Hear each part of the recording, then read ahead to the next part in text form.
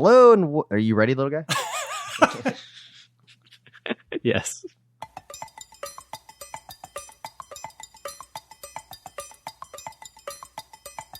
You're listening to the Slow Ride Podcast.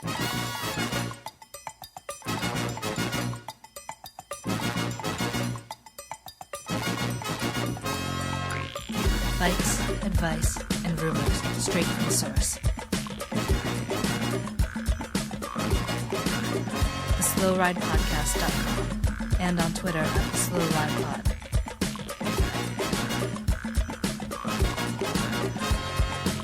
Enjoy the ride.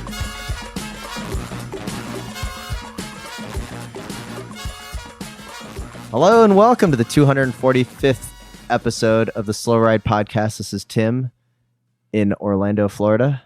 Hey, this is Matt in Minneapolis. And this is Spencer in Boston.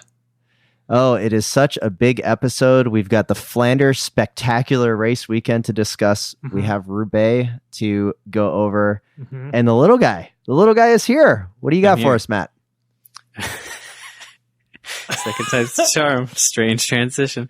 Well, I'm here, and I'm also here to say that I'm gonna be retiring from the podcast after this episode. I think I've got enough wins, and so this is my final podcast here. But I'm back to talk a little trash to you guys just for today. Well, we're stoked to have you on board, and it's been a great 5 years of this little experiment that we've done, and thanks for coming back. Yeah, I mean, no problem. And I don't want to talk at all about how MVPs, the Mathieu van der Poel teammates, put on one heck of a show this weekend in shepherding their team leader, not only to a victory at DVV on Friday. It was Thursday? Wednesday? But also, I don't know. Was it Wednesday? Sorry. And then not only that, but Mathieu van der Poel crashes while trying to bunny hop a flower bed. I don't know. Wheel failure, steerer brake, Hincapie's on his couch screaming, "That's my boy." And who was there for him? A teammate prepping his bike to get him back in as soon as possible. Yeah. And boy, did they. Now, was that the highlight of the weekend, guys? Or was the highlight of the weekend the Alberto Batol win? Or was it the Marta Bastianelli victory? I mean, what a weekend of racing at Flanders. It was a good weekend. I don't know what the highlight was. Those were all pretty close. Let's say that. A lot of top tier highlights for the weekend reel, for sure. You didn't even get into the rail slide, Tim. I thought you were going to go straight there. Yeah, well, there was at least 3 moments of Mathieu van der Poel's weekend that I think, or week, need to be discussed at length on the Slow Ride Podcast. One, him clearing the roadways of DVV with his front wheel when there was like the lone stone that was in the middle of the road. Yeah. And he just did that quick wrist flick. Mm-hmm. And that little guy, that's quite the camera work to catch that. It was super zoom on that one. Somebody said enhance. Yeah, I did. And then we have the wheel disintegration, maybe steerer to brake. Mm-hmm. Mathieu van der Poel gave an interview saying it was a wheel failure, that he hit that his rim broke when he hit the flower bed. He may also be quite the professional not to blame the mechanic / bike. Like, what do you guys think? What's your diagnosis from a couple thousand miles away in a VPN connection to watch the race? Oh, man. I don't know. Is it better to blame the wheel sponsor than the bike sponsor? It's like, it's apples and oranges, maybe? It's gotta be. Did you see the video that Canyon put out? I mean, they put a lot of money into a video about Mathieu van der Poel before Flanders that... Oh, so good. I mean, it's so good. It's probably one of the best advertisements of all time. It's a lot of Mathieu and then Audrey van der Poel and like cutting back and forth between them, like, you know, currently racing, and then Audrey highlights, and then Audrey cheering for Matthew and Matthew as a kid, and it's a pretty heartwarming video. That sounds like a good watch. Man, David's got to be pretty bummed that he's on the couch with whatever he broke. Yeah, who? Yeah, exactly. Exactly. Which one? And then there's the rail slide. The rear wheel rail slide, about 15K to go at Flanders, and Van der Poel like kind of loses focus maybe for a little bit, or maybe wanted to do it on purpose, and just slides his rear wheel, sidewall and all, against the curb. One of those nice like grade separated bike ways that they have in Belgium, and just kind of slides it. And then the best part was immediately after, he raises his hand to apologize to the guy behind him, like, "Oh, sorry about that." And He's a gentleman. Yeah, not only gentleman, but we've watched his cross races many times, and we all know I'm a huge Mathieu van der Poel fan, probably the biggest. Yeah, probably. He is kind of known, he does like go around some of those like 180s where he's running or dismounted and just kind of throws his bike around. Like there's really no rhyme or reason to some of the ways that he gets around the course, right? He just gets it done in pure power way. And that's what that rail slide kind of reminded me of a little bit. Yeah. Just like, whatever, it doesn't matter. I'm going to go. I love that all these things are all amazing, but I mean, you're burying the lead, which is that he crashed and for all intents and purposes was completely out of the race. Yeah. And bridged a huge gap at a point in the race where basically nobody has business getting back in the race, So I did bury that lead, and the Twitter was on a storm right now. And one of the best tweets I saw, I forgot who it was, said something along the lines of Wout van Aert was telling everybody else in the race, like, yeah, he's going to show up, just basically the disappointment that Wout must have felt when, here he comes again. Tim, he showed back up. Tim, that tweet was from me. Damn. Well, I didn't want to give you credit. But, it was a good one. The whole, Wout at the front being like, yeah, I know he crashed, guys. Don't worry about it. He's gonna come back. Like, don't get too excited. It doesn't matter. Like, pedal as hard as you want. It doesn't matter. So that was a big gap. That was a crazy gap. It was a crazy gap, and he had some teammates bringing him along. Stein de Volder doing the master's work at the end. He looked great. Yeah. I mean, little guy, the MVPs. I mean, the whole time I felt like I knew what I was talking about when I was shouting into the empty void of my living room when I had the flow bikes on. And let's just go through some of the results on the men's race, and then as we go through, maybe mention some things that happened on the riders. But number 16th place, Bobby Jungels of Quick Step. Excellent. Just beating out his teammate Yves Lampart in 17th. Top place Quick Step rider was Casper Askren in second place. The last minute addition. Where did they get this guy? Like he replaced Florian Sanchel. Like they just looked in the bullpen, little guy, and it was like, oh wow, we have Frank Viola in the bullpen. Let's just bring out the ace. I mean, they're deep, obviously. That was a sneaky little move. That was I hope he gave Jungles a nice present for that, because Jungles set him up on that for the second place. Yeah, because he went on the front. He wasn't even trying to attack, and Jungles like a true pro let that gap open. Oh yeah. That was classic teamwork. Cosmo Catalano had his video how the race was won this week, and he showed all the times that Casper Askren was like on the front drilling it and doing things. And it was just like, and there was a roller derby proposition that was like, who's going to be the highest placed rider from Quick Step? Yeah. And this guy wasn't even on the list because he was a last minute replacement. It's amazing that this is the quality of rider that they have that can't even be on the first team. Yeah. And that they were probably really disappointed on the bus that night that they only got second with a guy who nobody knew, where every other team would have been, over the moon. So 15th place, in probably the best 15th place finishing maneuver of all time, was Sebastian Langveld, who posted up when he crossed the line because he knew that his teammate Alberto Beltal won. Langeveld did quite the yeoman's work because he also did a little sitting up. He did some good when blocking. Yeah. When the gap opened up. Yeah, it was reminded me a lot of the old little guy racing days. Except back then we weren't sitting up. We were just getting dropped. Did you see the block that I forget which climb it was where it's like it's tight and it's maybe it was the last climb.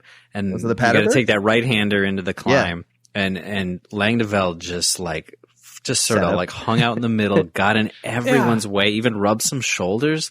That was one of the best, like, don't mind me's I've ever seen. I can't believe they let him up there. Like, what were they thinking? They should have known it was going to happen. I mean, that it's such a tight corner. Oh, that was good. And we shouldn't forget Sepp before we go any farther with the EF because that's a true champion when you're the real, like, would have been the leader if you wouldn't been injured, but he sacrificed his race, his chances for his teammate, and that was awesome to see. So with Bettiol winning, right? Education first. I mean, now their season, like, it's already a successful season regardless. Right. I mean, the smugness coming out of the the team bus and the wine selection from Vaughters must have been just amazing to see, and I wish I would have been able to see it. I mean, what a win for this guy and the squad. It was pretty cool to see. So Spencer, this is your chance now to say that you bet on him on roller derby. I did. He was a long shot, but I had been noticing his results previously, as I am wont to do. You know, I'm looking for people outside of the top 5, but inside of the top 15 of a you know, some recent races, and you know, he had a good showing at E3. And that kind of put him on my radar. Yeah, some good results there at Torino as well. But he was at 65-1. And you put a tenner on him. Yeah, like, this was a little bit more than a 5 or a faith, you know. Yeah. So it paid off well. I had him there, and I had him to show as well. So got to double dip on that one a little bit. He's not a guy that I'm super familiar with. Like I said, he just sort of blipped on my radar a couple times, and after his victory, I did a little digging on this guy because I'm not super familiar, like I said, and looking through his results this year, I'm like, okay. I clicked back to 2018, and this guy might be the king of DNFs. Yeah, he didn't have a good year last year. He may have DNF'd more important races than anyone else out there.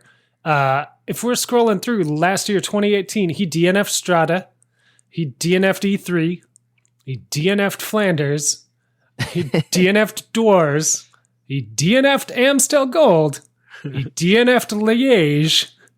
And we move towards the end of the season. He DNFs the Bretagne Classic. He DNFs. Did he do Lombardia? He did. No, he did finish Fletch.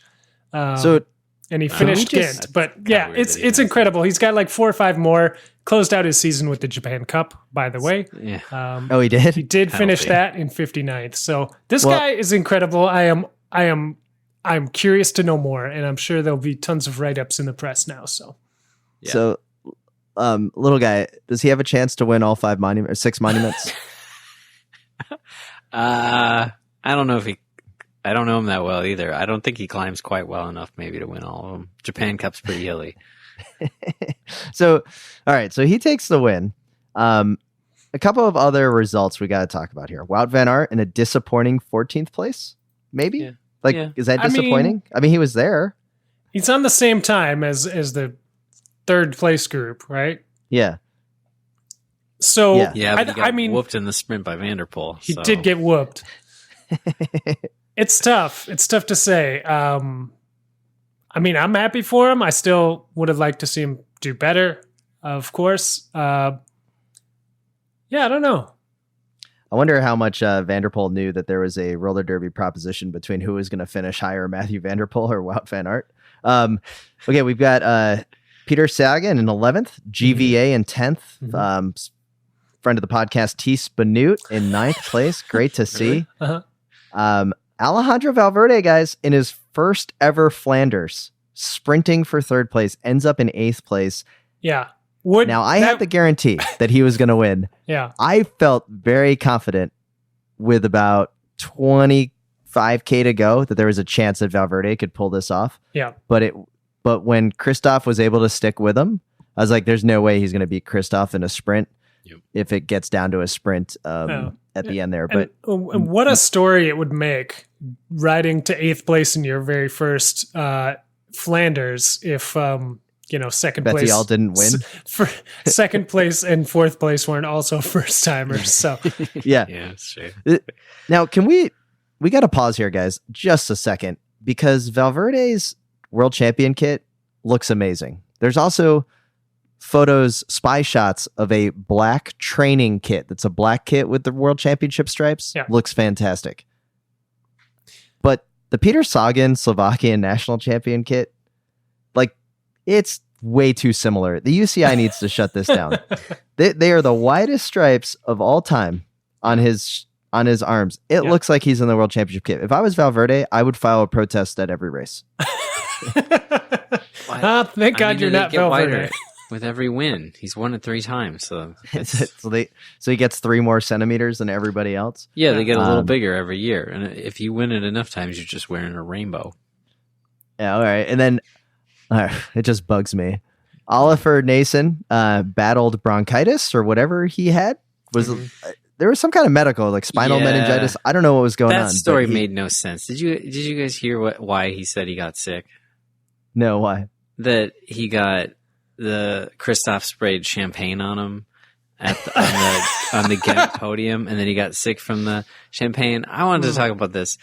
I think cyclists are morons. You don't. I mean, I know that these guys are running. They're that close to being sick all the time because they're so fit that they have no immune systems.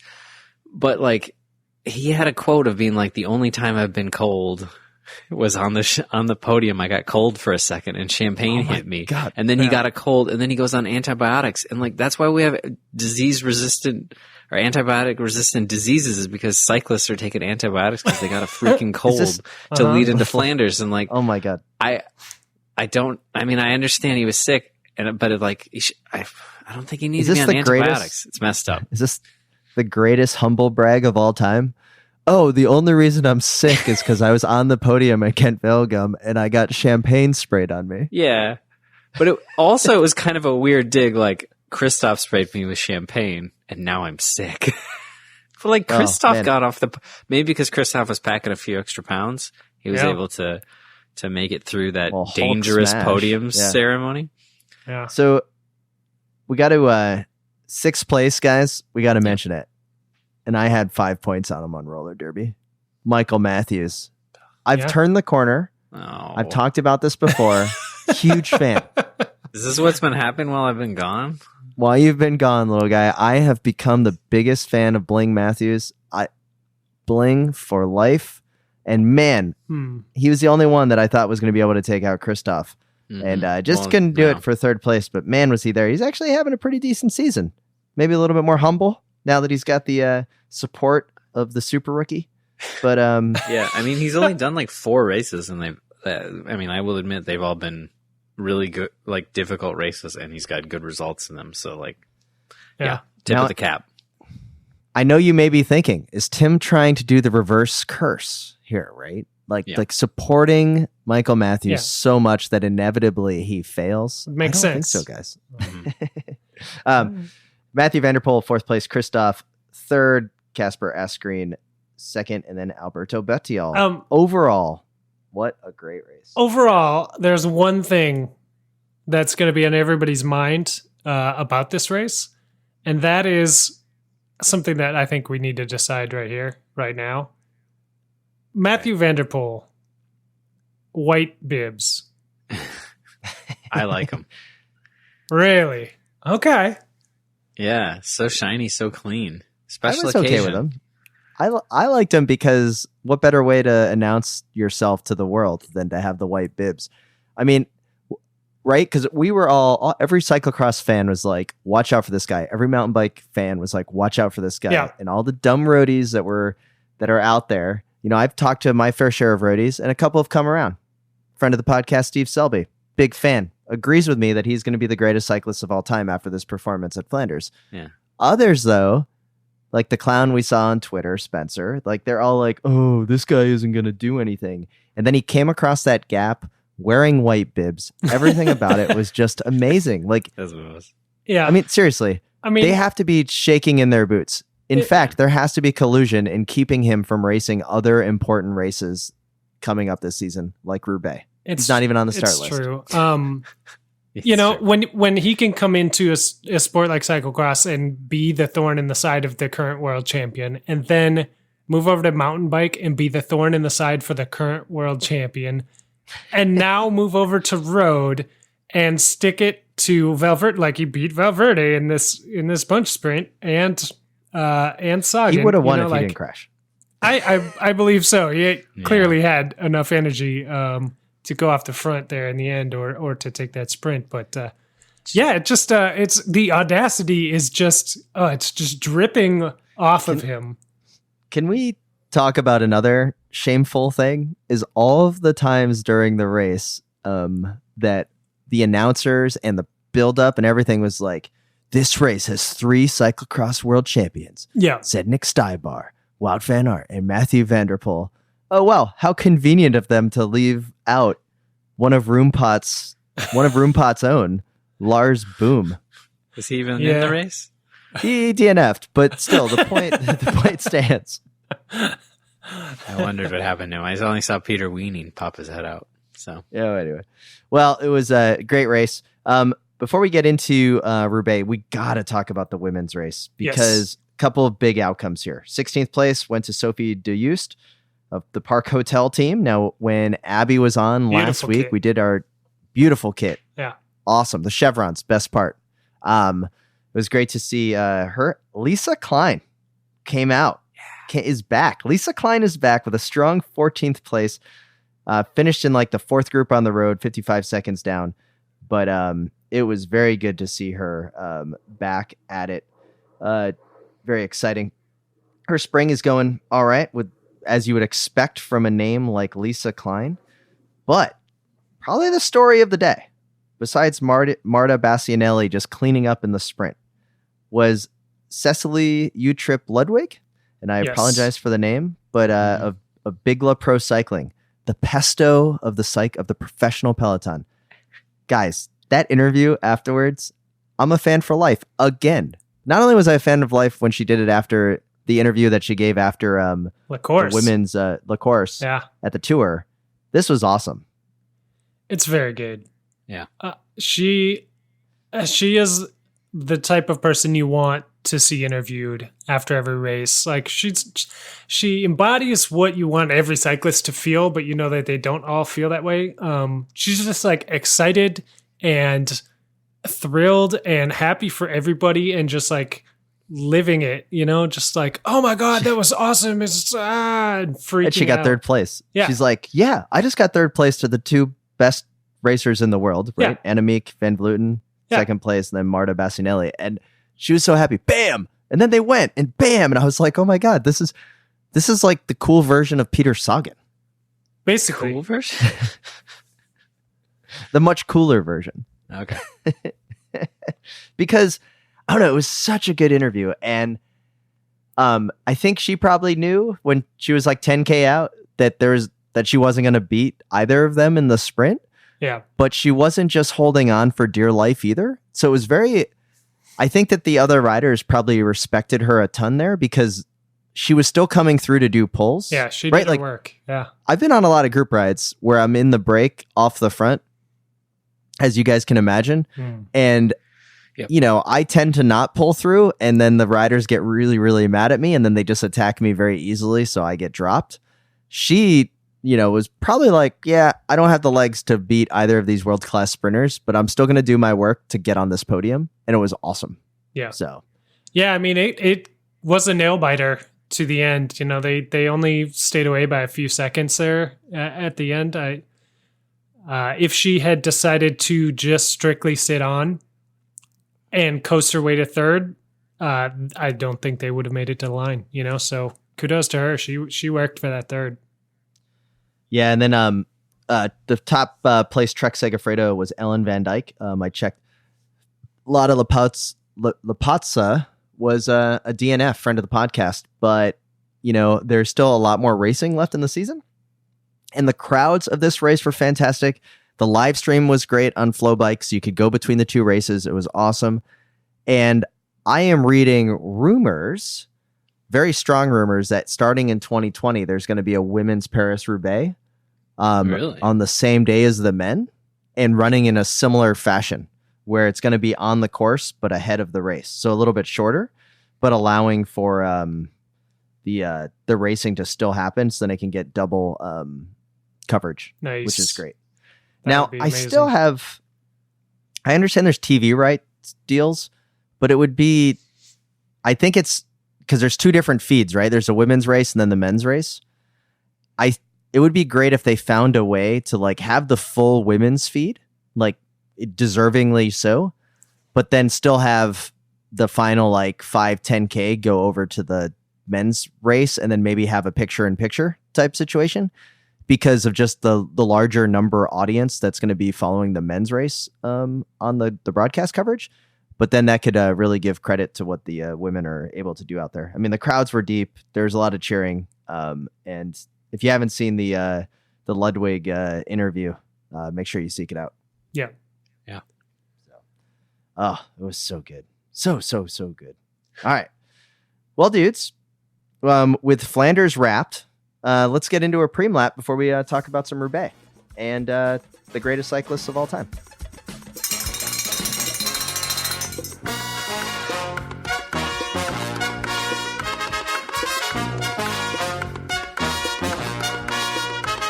Hi, my name is Lotta Lefister, and I'm listening to Slow Ride Podcast.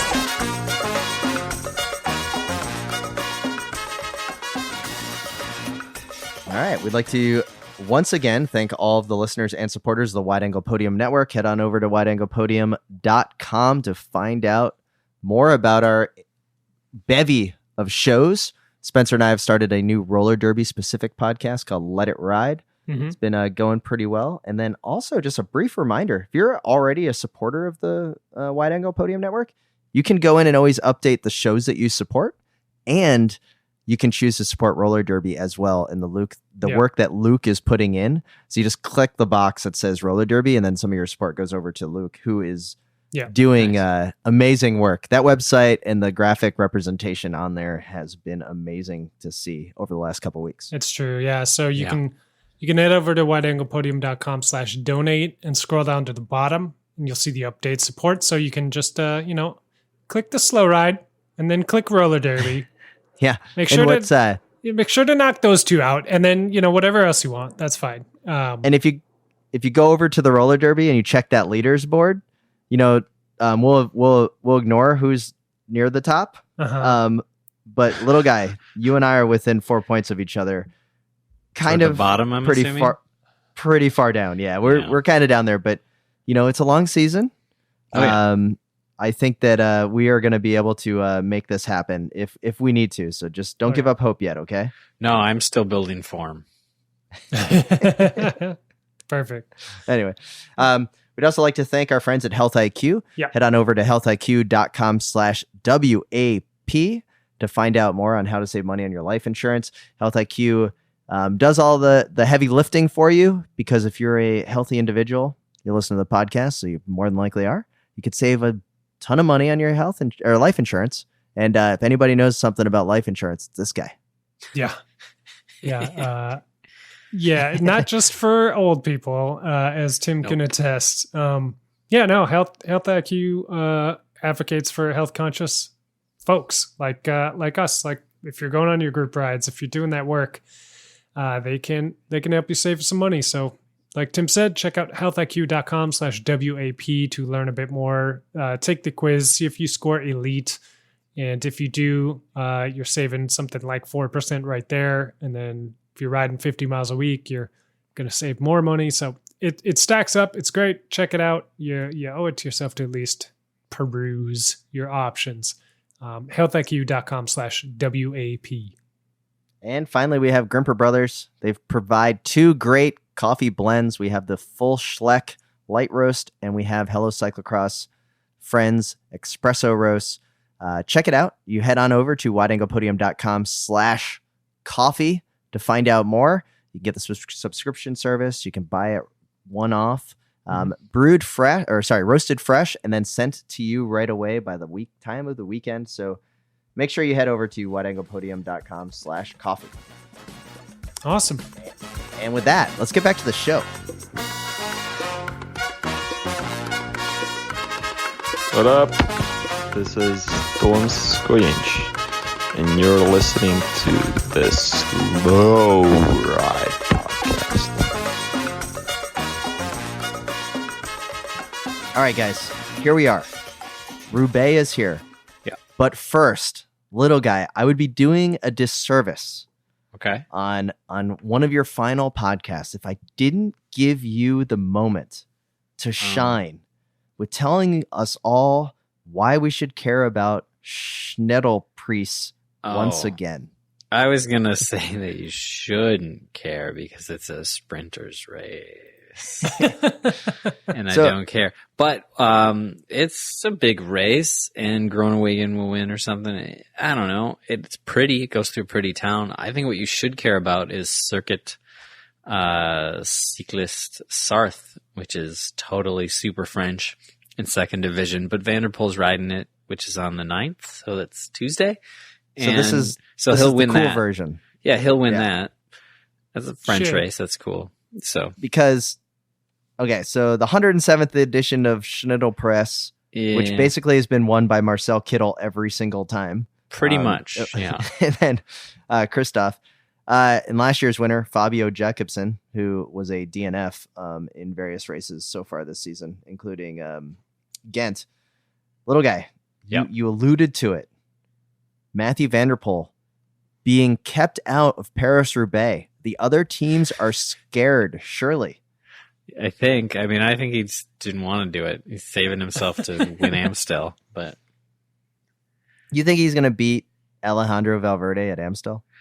I feel pretty confident he can win Amstel. When I haven't dug into this, but I don't know the last time that the Dutch won Amstel, and they're going to lose their minds if he wins. All right. So we've got Roubaix coming up. Now, if we look at the start list, a lot of the favorites are there. Sagan is going to be there. GVA. Degenkolb more than likely is going to be there. Yeah. Who do you guys have? Who do you think is going to win this race? I don't. You want me to go? You guys want to go first? No. You go ahead, little guy. You're the guest of honor. I think Christoph's going to win. So Christoph is looking that good. You think he's going to lead a group into the velodrome, possibly 7 or more, 3 or 4? Trying to figure out my roller derby bets here. But you think he's going to just win it out in the sprint, or do you think he'll enter the velodrome by himself? I don't think it matters. I think he's flying right now. He's obviously got a good sprint. He's getting over the climbs enough. So I think he's obviously got a ton of power right now. I think all the people that gave him crap for being big are going to be hurting come Roubaix. It's not that he's big, but he's it's bigger like than pure he used muscle. to be. Yeah, but he's like heavier than he used to be. He looks like he is. But he's but think of that core always strength. been good in these races. Yeah, I think he's going to crush it in Roubaix. He just needs to flex to get over the trench of Ehrenberg. You know what I mean? Like just, and then all of a sudden he's through it. Spencer, any dark horses or people that you think is going to win? Little guy's got Christoph, obviously a strong pick. Are you in the Stybar camp? No, I don't think there's any dark horses in Roubaix, and that's the thing about Roubaix. It just doesn't work that way. I just can't get past my thinking that it's Greg Van Avermaet's time to shine. No, it's the helmets. He's not a guy that I've been a fan of in years past, but this year he's got a little swagger in his step, and he's been knocking at the door. And I think he's had a very Sagan-esque kind of casual attitude this year. And I think that low stress lifestyle, that tranquilo lifestyle, is going to translate well to Paris-Roubaix for him. That's that green, the green jersey that everyone thinks is good. It's growing. Or sorry, the orange jersey. It's growing on me, but it's the helmet. Still scares me away. I am not in the GVA camp. Okay. I'm gonna go out on a limb, guys. Telling you who's gonna win right now. Super rookie guarantee. If you're looking at the start list, you got to scroll way down, probably. Yeah. But representing Bahrain Merida, my favorite guy of the spring calendar season that has not had a result yet, but he attacks at every single possible moment. Morich of Bahrain Merida. It is amazing to see him out there, and I think he's going to be the one. He reminds me a lot of myself, you know? Like I see a lot of my racing qualities in Morich. You know, just attacking on group rides, and eventually it's just going to stick. If that makes sense. Yeah. Yeah. That's something. That's He something. could. He's been riding well. I don't think he's gonna win though, Tim. Yeah. Sorry. Okay, well we'll see. You know, if folks do want a real dark horse, I think I could pin my dark horse flag on Red Lotto's Jens Kuklier. Oh, that's a good dark horse. I He's think riding he could surprise. I don't think he'll win, but I think he could be on the podium. Yeah. It's true. I'm just going to pick whoever's. I'm not going to pick Christoph now because he got sprayed by the champagne of I know, Bettiol. again, another so- time. Like he's gonna be so sick because he's had so much champagne hit him. So we got Roubaix coming up. It's going to be fun. Unfortunately, international man of fame Mathieu van der Poel is not going to be there, but Roompot will, including Mr. Narrow Bars with the flare. It's pretty cool to see him out at Gent Wevelgem a couple weeks ago. So he'll be back. Can I say one thing? I think on the podium though is Nils Pollitt from Katusha. Oh, yes. He did have a fifth place. I mean, fifth at Flanders, and those climbs are a lot for a man of his girth. So I think he's gonna, just like Christoph, he is gonna be a giant cobble crushing machine. Yeah, he's been impressive. That's a solid pick. He's always ready to attack, but at a smart time, unlike Tim's dude. So I want to bring up another one for you. Okay. A guy whose name, like this is, he's not gonna place very high, but Yasher Suderlin of Movistar. Have you guys? Yeah, he's been like everywhere. And then I checked his pro cycling stats page. Totally a contract year. Ah, Like he has been all over. Like that. Like he's been helpful, but he got like 9th at E3. Yep. But he's, you know, maybe not like a really good result at Ghent, like got 38th, but he was there in the break. He was at Dwars. Like he's having a really awesome spring. Yeah. And contracts. It's contract year. Well, just saying. He's either doing two things because he's German and he's on Movistar. So he's either trying to let Movistar know he's good or broadcast to Bora that he's good. mm-hmm. Oh, there's definitely the broadcast to Bora, right? You at know, this point. You know, he's like he's got to feel it both ways because those are his two best chances for anything. I'm a big fan. I like Yasher Suderlin. Pretty good Instagram follow. Oh, really? Okay. Well, you know, I would have thought with that serviceable. goatee that it wouldn't have been true, but okay. Anyways, in that contract year, so Yasher Suderlin, keep an eye out for him for making the early break. So yeah, Roubaix is around the corner. We're excited about that. We'll check in a few weeks. But guys, a few months ago, we had raised the idea of a cycling Hall of Fame. And this is something that, you know, we've had arguments and, you know, dissertations from Spencer on who deserves to be in and how the voting is going to happen. Uh-huh. But the important thing here is that we got an email from Tim Proctor, who hit us up with giving us a little bit of assistance because we agree that we're not cycling experts prior to 2005. After 2005, we're the experts in the room. But we're more than humble to say we don't know enough about cycling pre-2005. So Tim Proctor sends over this website called cyclingranking.com and the riders overall. So with that, they've basically combined all race results from 1869 to 2019, gave them a variety of points. And then, naturally, Eddie Merckx is at the top of this list. I don't think anyone would disagree with that. And it's just going to be a few more years before Mathieu van der Poel takes that top spot. But Eddie Merckx is clearly head and shoulders above. Grand Tour victories, World Championships, one-day races. We understand that. Mm-hmm. Next is Gino Bartali. I'm just going to assume that you guys don't even know who that is. I do know who he is, yes. Yeah. Okay. Who do you think is third overall on this ranking? Wow, that's a tough one. Well, he's on Eurosport all the time, and he's in third place. All right. You must be talking about my favorite Milan Sanremo winner, Sean Kelly. Yeah, that's right. Sean Kelly's in third. Fourth place, I would say, probably most famous for his 1 hour record with the weighted rear wheel. Oh, Moser. Cheated his way all the way up to fourth, huh? He's in fourth place. Now, little guy. Yeah. Who do you think is in fifth place overall of all time? CyclingRanking.com, which is only Hinault? second to the Slow Ride podcast in knowledge of cycling. Is it Hinault?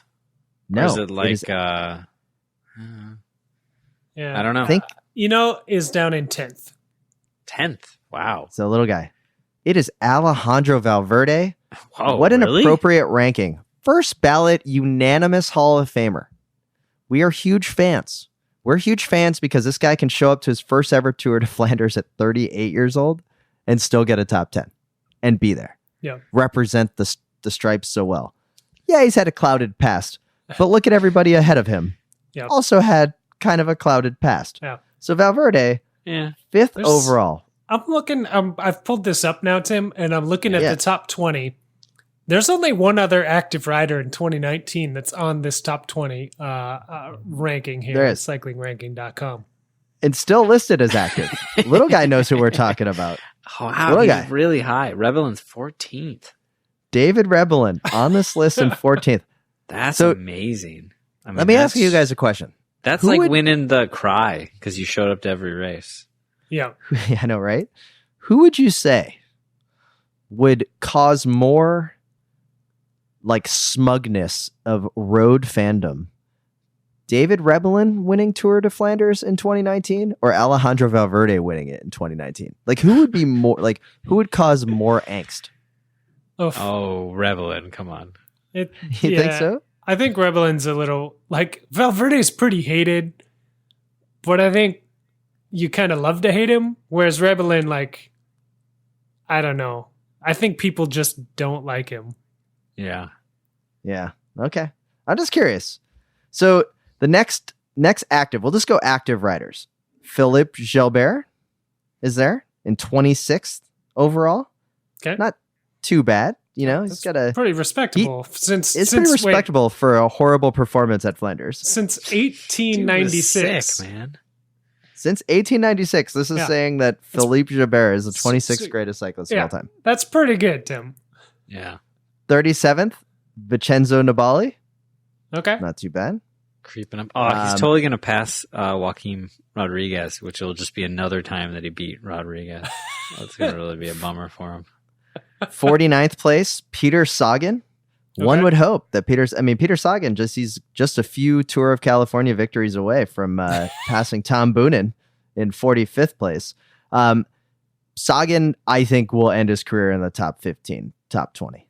He's not looking so good right now, but I'm not worried. Sagan is going to Sagan. He'll win a bunch of stages at the Tour. He'll look good, so don't worry, fans of Bora. What's You'll be fine. disappointing to me on this list is Greg LeMond.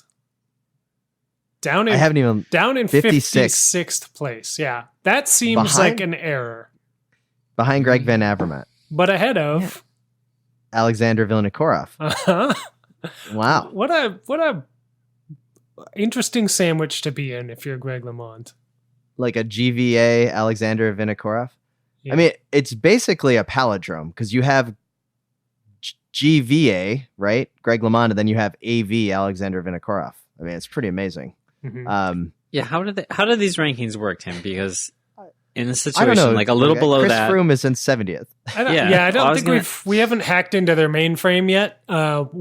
We've got our team working on it. Because I know Tim wants to get this Cycling Hall of Fame thing going. So I can only imagine we'll know by next week. Damiano Cunego, 72nd place. So this is a legit ranking. This is legit. Here's the thing, guys. Here's what I want my bug I want to say with it. Fignon, my favorite cyclist of all time, 62nd, right? This is a man that won the Tour twice, won the Giro, won Milan-San Remo. Mm-hmm. He is 62nd.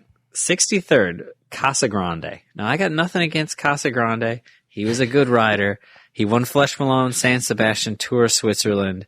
But, those are not...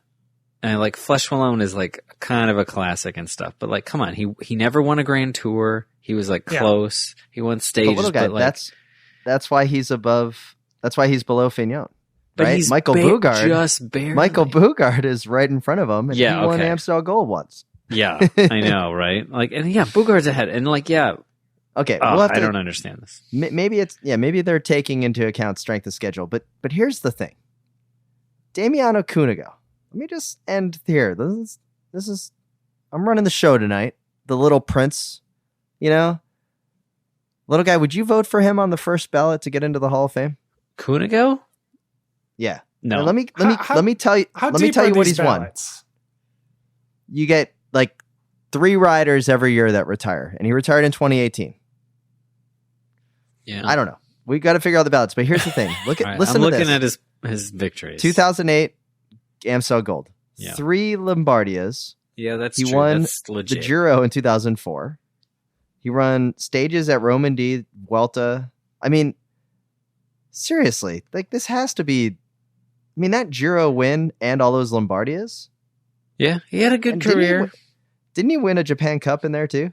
I think so. He would almost have helped himself if, especially you're looking at his graph of his wins, if he would have just retired in 2010. We would all have, I think it would be easier to remember him as a great rider. But because he won a lot up till 2009 and he won big stuff, or 2008, and then he sort of had some middling victories, and then it was just gone. It just petered out, And it's hard to remember how good he was for a while there. All right. Well, maybe a second round Hall of Fame, second ballot, but he definitely belongs in the showplace of the immortals. That is the Slow Ride Podcast Hall of Fame. Well, guys, what else do you want to talk about? Is there anything else on your mind before we say goodbye to the little guy on the Slow Ride Pod? I would like to get, I have one burning question about hearkening back to Flanders that I need little guy's opinion on. I need to know if he was aware of this when it happened. Okay. In the post-race scrum, as the riders, as Bettol is being escorted through the crowds of media and whatnot, I don't know who it was, his DS or his soigneur or somebody is congratulating him and then yells out to the media, proclaims, "We're all getting Mustangs. Call the Ford dealership. We're all getting Mustangs." Wait, really? What? No, I didn't know about this. So wait, he said Mustangs instead of Ferraris? He said Mustangs, and I'm not sure if that was a predetermined thing. You guys, if you win Flanders, we'll buy you all Mustangs, or what? As if Jonathan Vaughters didn't expect them to win and was like, "Oh crap, now I got to buy everybody Mustangs." How does that make you feel? Well, I guess they're an American team, so what, a Mustang? Is this product placement thing, or do you think Europeans just are enamored with Mustangs? They're probably into Mustangs like we're into weird, Euro cars that we don't get, in the same way. And I guess they get Mustangs, but you know what I mean? We're excited about some Peugeot, hatchback, hot hatch, and they're like, really? Can we get some Mustangs? That's really weird. I didn't know that. I'm really I hope Vaughters didn't actually. Mustangs. Remember when Tinkoff dude offered Micah an Austin Martin if he Oh, won yeah. the like King of the Mountains or whatever, and then he won 2 stages and won the King of the Mountains, and then had to. I don't know how he got out of that. But Well, that's why he's not an owner of a team anymore. yeah, that's why Micah was ready. He couldn't to pass jump the ship. credit check at the financing department of the Aston Martin dealership. I'm disappointed that it was Mustangs, Spencer, to be honest. Yeah. I mean, at the minimum, you think they could go for like a Lumina? Illumina? Yeah, yeah, That was a twist I wasn't expecting there. Tim. Yeah. yeah. You had to think of the Chevy Lumina. Like, oh No. man, that's a blast from the past. What- I'm gonna go buy stock in that General Motors. Yeah, I'm trying to pull up their team website now because I'm confident they're not sponsored by Ford, but they must have a car sponsor. So I need to know what it a car is. sponsor? I guess this is going to be Ford's like, well, we got that free advertising out of them. I don't know. Oh man, that's real disappointing. Next thing to talk about, little guy. What did you think of the victory salute when he came across the line, and rank that against Marianne Vos the week prior at Ghent? Because the eyes to the heart, the eyes to the cameras. Now, supposedly, Yeah. this was a call out to the Italian media for overlooking him. Oh, okay. Like, so there's like some angst Yeah. there, and that's why he was like calling him out. So, what'd you think? It was subtle because I didn't understand that, so it was good. All right. Wasn't Toshnig? Who was it? It was Tonkoff who when we were first watching, like early 2000s, did the whole "fu" arm gesture when he came across and won a Giro stage after he'd been kind of written off as being too old. Who was the woman more from subtle. Germany?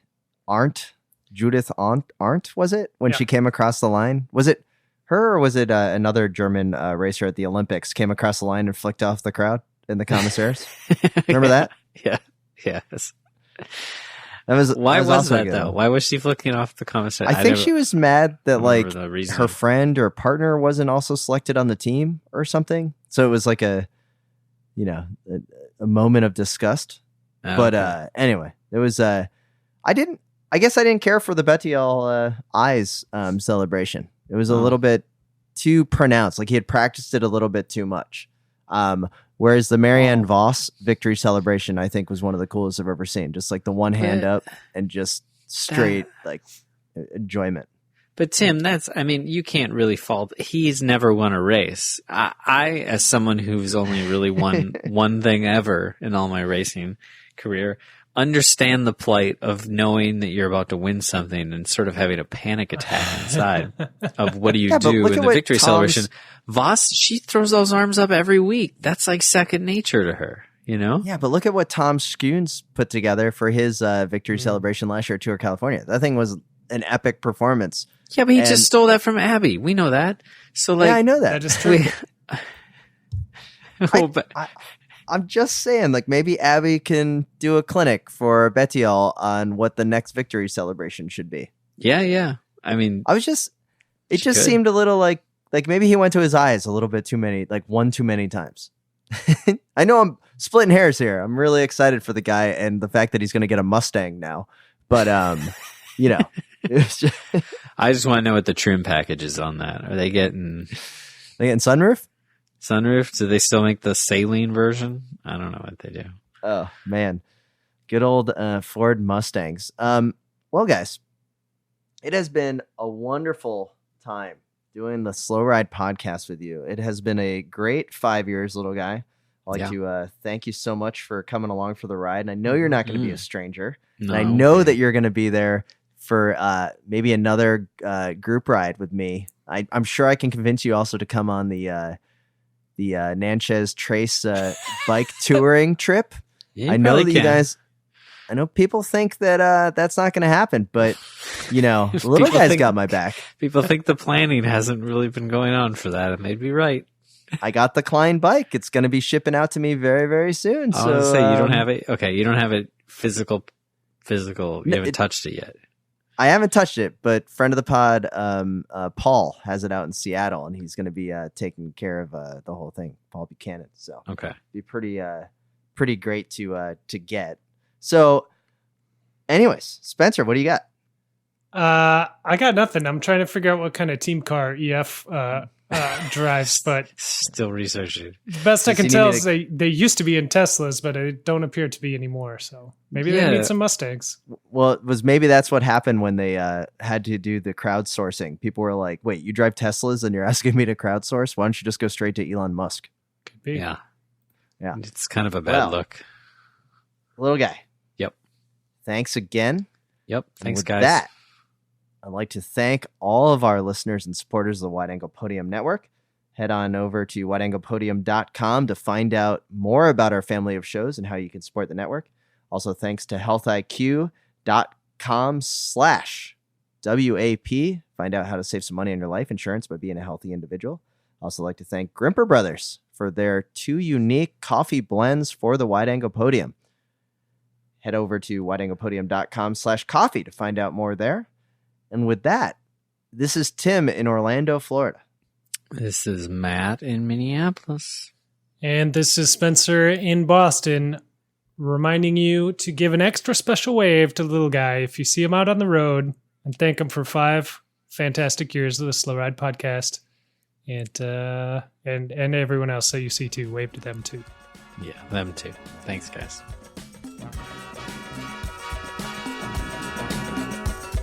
The Slow Ride Podcast. Bikes, advice, and rumors straight from the source. TheSlowRidePodcast.com and on Twitter @TheSlowRidePod.